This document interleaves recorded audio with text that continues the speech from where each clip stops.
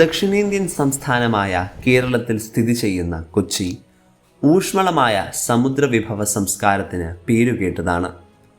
ഇവിടത്തെ പ്രാദേശിക ഭക്ഷണ വിഭവങ്ങളിൽ മത്സ്യം ഒരു പ്രധാന പങ്ക് വഹിക്കുന്നു. ഈ തീരദേശ നഗരത്തിൻ്റെ അറബിക്കടലുമായുള്ള ബന്ധം വൈവിധ്യമാർന്ന സമുദ്രജീവികളുടെ സ്ഥിരമായ വിതരണം ഉറപ്പാക്കുന്നു. മത്സ്യത്തിൻ്റെ ആവശ്യം നിലനിർത്താൻ മത്സ്യത്തൊഴിലാളികൾ നടത്തുന്ന പോരാട്ടം നമ്മുടെ വിലയേറിയ സമുദ്രങ്ങളെ സംരക്ഷിക്കുന്നതിനുള്ള പ്രതിരോധത്തിൻ്റെയും പൊരുത്തപ്പെടലിൻ്റെയും പ്രതിബദ്ധതയുടെയും കഥയാണ്.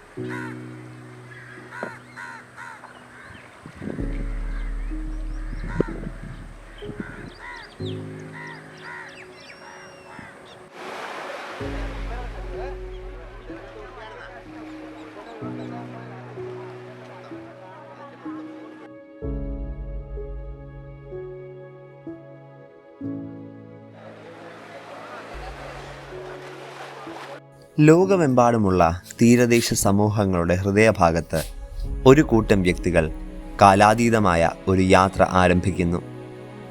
കടലിൻ്റെ കാവൽക്കാരായ മത്സ്യത്തൊഴിലാളികളാണ്. വേലിയേറ്റവും ഒഴുക്കും കൊണ്ട് ഇഴചേർന്ന ജീവിതം, അവരുടെ വെല്ലുവിളികൾ, വിജയങ്ങൾ, സമുദ്രവുമായി അവർ പങ്കിടുന്ന അതുല്യമായ ബന്ധം എന്നിവ പര്യവേക്ഷണം ചെയ്തുകൊണ്ട് അവരുടെ ലോകത്തിൻ്റെ ആഴങ്ങളിലേക്ക്.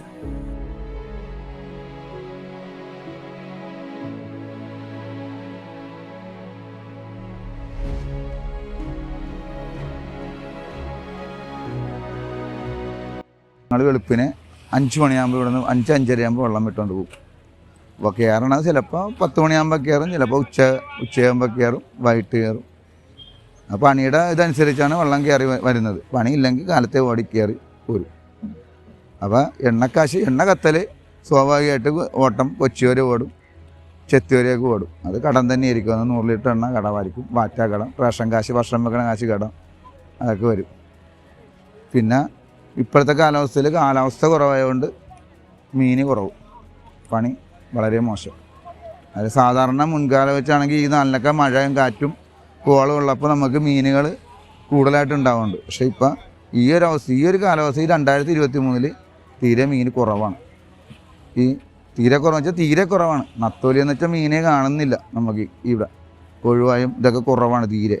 പിന്നെ ഉള്ളതെന്ന് വെച്ചാൽ ചാള, അയിലയാണ്. അത് നമുക്കൊരു 15 സെൻറ്റിമീറ്റർ അയിലയും 10-15 സെൻറ്റിമീറ്റർ ചാളയുമാണ് കണക്ക് പറയണം. കാരണം നമ്മൾ അടിക്കുന്നില്ല, കിട്ടുന്ന മീൻ മലത്തിക്കളയാണ്. എന്നുവെച്ചാൽ മീൻ ചെറുപ്പം. കാരണം ഈ കാലഘട്ടത്തിൽ സാധാരണ മീൻ ഒരുവിധം മുഴുക്കേണ്ട സമയമാണിത്. പക്ഷെ ഇപ്പോൾ കാലവർഷത്തിൻ്റെ ഒരു ഇതുകൊണ്ട് നമുക്ക് മീൻ കിട്ടുന്നില്ല. ആ ഒരു അവസ്ഥയിലാണ് ഇപ്പോൾ ഈ പോയിക്കൊണ്ടിരിക്കുന്നത്. പിന്നെ സാമ്പത്തിക ഇത് നമുക്ക് കിട്ടുന്നുണ്ട്. ഇതിൽ നിന്ന് 1500 അടക്കുമ്പോൾ 4500 രൂപ നമുക്ക് കിട്ടുന്നുണ്ട് സർക്കാരിൻ്റെത്. അതാണ് നമുക്ക് കിട്ടുന്നത്.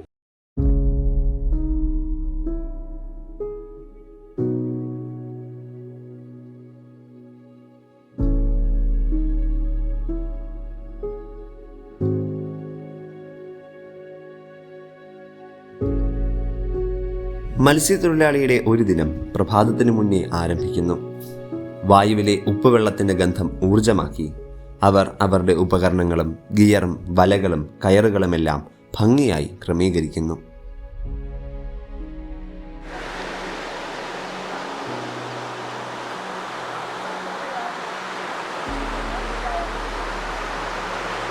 നാൽപ്പത്തഞ്ച് വർഷമായി കടലിൽ പോകാൻ തുടങ്ങിയിട്ട് മത്സ്യം പിടിക്കാനായിട്ട്. വീശാനും പോകും. ചെറിയ ഇനങ്ങൾ കിട്ടുകാറുണ്ട് വീശാൻ പോകും. പിന്നെ മത്സ്യത്തിനൊക്കെ വില വളരെ മോശമാണ്. തൂക്കമാണ് ഇവിടെ. 1 കിലോത്തിന് 15-16 അങ്ങനെയുള്ള വില മൊത്തം കിട്ടുള്ളൂ.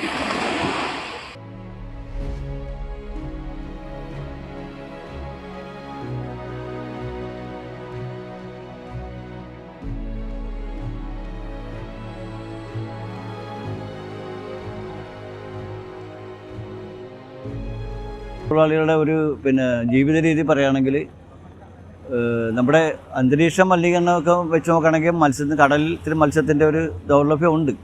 പക്ഷേ എങ്കിലും മത്സ്യത്തൊഴിലാളികൾ ആ മത്സ്യ ദൗർലഭ്യമാണെങ്കിൽ അത് കൃത്യമായിട്ട് കാര്യങ്ങൾ പാലിച്ചാണ് പണിക്ക് പോകുന്നത്. പണിക്ക് പോയി തിരിച്ചു വരുന്ന സമയത്ത് നമ്മുടെ ഈ കേരളത്തിൽ തന്നെ ഇപ്പോൾ ഏറ്റവും കൂടുതൽ മത്സ്യത്തൊഴിലാളി ഗുണകരമായിട്ട് കിട്ടിയിരിക്കുന്നത് മത്സ്യം തൂക്കം കൊടുക്കുന്നൊരു വ്യവസ്ഥിതിയാണ്. അത് ഏകദേശം പഴയ കാലത്ത് വെച്ച് നോക്കുകയാണെങ്കിൽ തൂക്ക വ്യവസ്ഥിതി മത്സ്യത്തൊഴിലാളിക്ക് ഭയങ്കരമായൊരു സന്തോഷമായ കാര്യമാണ്. അതായത് നേരത്തെ കിട്ടിയിരുന്ന മീനിൽ നിന്നും ഇരട്ടി വില കിട്ടുന്നുണ്ട്. പിന്നെ എല്ലാ സീസണുമല്ല, ചില സീസണുകളിൽ കൂടുതൽ മത്സ്യം വരുമ്പോൾ മത്സ്യത്തിൻ്റെ ചെറിയൊരു വിലക്കുറവ് വരുന്നുണ്ട്. പക്ഷേ അത് ഞങ്ങൾ കച്ചവടക്കാരോടൊക്കെ ചർച്ച ചെയ്യുമ്പോൾ അത് ഏറ്റവും കൂടുതൽ മത്സ്യം കയറുന്ന ഒരു ടൈം ആയതുകൊണ്ടാണെന്നാണ് പറയുന്നത്.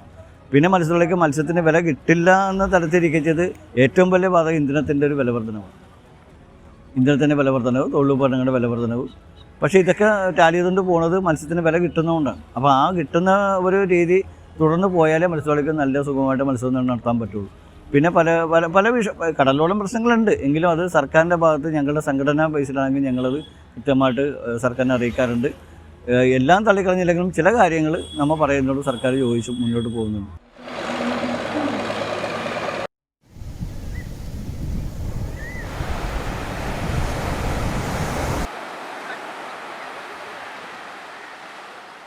സുസ്ഥിര മത്സ്യബന്ധനം ഉറപ്പാക്കുന്നതിനും നമ്മുടെ സമുദ്ര ആവാസ വ്യവസ്ഥയെ സംരക്ഷിക്കുന്നതിനും സർക്കാർ സംരംഭങ്ങളും മത്സ്യത്തൊഴിലാളികളും ഒരുമിച്ച് പ്രവർത്തിക്കുന്നു.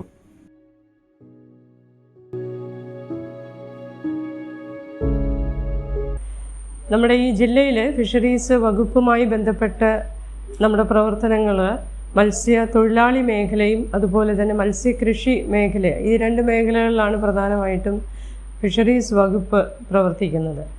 അതിൽ മത്സ്യത്തൊഴിലാളി മേഖല നമുക്ക് രണ്ട് ഏരിയയെ തിരിച്ച്, അതായത് വൈപ്പിൻ മേഖലയിലും അതുപോലെ കൊച്ചി മേഖലയിലുമായിട്ട് മത്സ്യത്തൊഴിലാളികൾ ഉണ്ട്. അവർക്ക് വേണ്ടുന്ന ഒരുപാട് ക്ഷേമ പ്രവർത്തനങ്ങളാണ് നമ്മൾ ഫിഷറീസ് വകുപ്പ് വഴി കേരള സർക്കാരിൻ്റെ വിവിധ പദ്ധതികൾ നടപ്പിലാക്കുന്നത്. മത്സ്യബന്ധന യാനങ്ങൾക്ക് അവരുടെ സുരക്ഷിതത്വം ഉറപ്പാക്കുന്നതിന് വേണ്ടിയിട്ട് ലൈഫ് സേവിങ് എക്യുപ്മെൻറ്റ്സായ ലൈഫ് ജാക്കറ്റ്, അതുപോലെ GPS, അങ്ങനെയുള്ള അനവധി ഉപകരണങ്ങൾ, ഇപ്പം ബയോ ടോയ്ലറ്റ്, ഇങ്ങനെയുള്ള ഒരുപാട് സ്കീമുകൾ നമ്മൾ ഇതിലേക്ക് കൊണ്ടുവരുന്നുണ്ട്. അതുപോലെ പഴക്കം ചെന്ന ബന്ധന ബോട്ടുകൾ നമ്മൾ ഒഴിവാക്കിക്കൊണ്ട് ഇവർക്ക് കൂടുതൽ ഗ്രാൻഡ് കൊടുത്തുകൊണ്ട്, സബ്സിഡി കൊടുത്തുകൊണ്ട് നമ്മൾ പുതിയ ബോട്ടുകൾ പർച്ചേസ് ചെയ്യാനുള്ള, വള്ളങ്ങൾ പർച്ചേസ് ചെയ്യാനൊക്കെ വേണ്ടിയിട്ടുള്ള സ്കീമുകൾ നമുക്ക് കൊടുക്കുന്നുണ്ട്.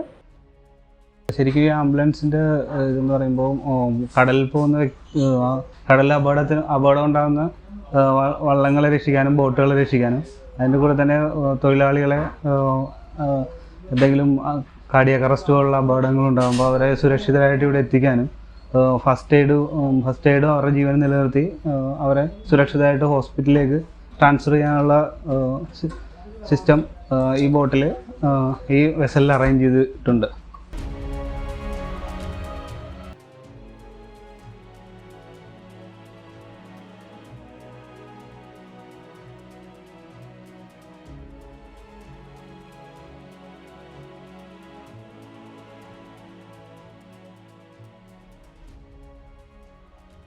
സമൂഹം നമുക്കറിയാം പൊതുവെ പാർശ്വവൽക്കരിക്കപ്പെട്ട സമൂഹമാണ്.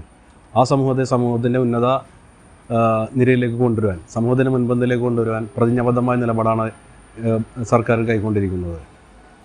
നമുക്കറിയാം, ഒരാൾ മത്സ്യത്തൊഴിലാളിയാണുള്ള പ്രായപരിധി 18 വയസ്സ് മുതൽ ആരംഭിക്കുന്നു.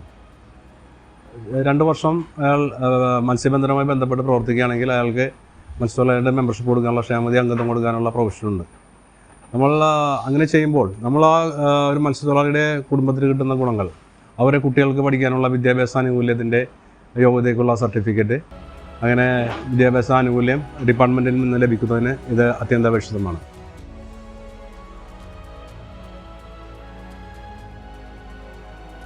കടലിനെ ഉപജീവന മാർഗമാക്കി കാണുന്നവരുടെ ജീവിതത്തിലേക്ക് നോക്കുമ്പോൾ മനസ്സിലാകുന്നത്, ഉൾക്കാഴ്ചയുള്ള വീക്ഷണങ്ങളിലൂടെ സുസ്ഥിര മത്സ്യബന്ധന രീതികളുടെ പ്രാധാന്യത്തെക്കുറിച്ചും ഭാവി തലമുറയ്ക്കായി സമുദ്രങ്ങളെ സംരക്ഷിക്കേണ്ടതിൻ്റെ ആവശ്യകതയെക്കുറിച്ചും ഇനിയും നാം ഏറെ സംസാരിക്കേണ്ടിയിരിക്കുന്നു എന്നാണ്.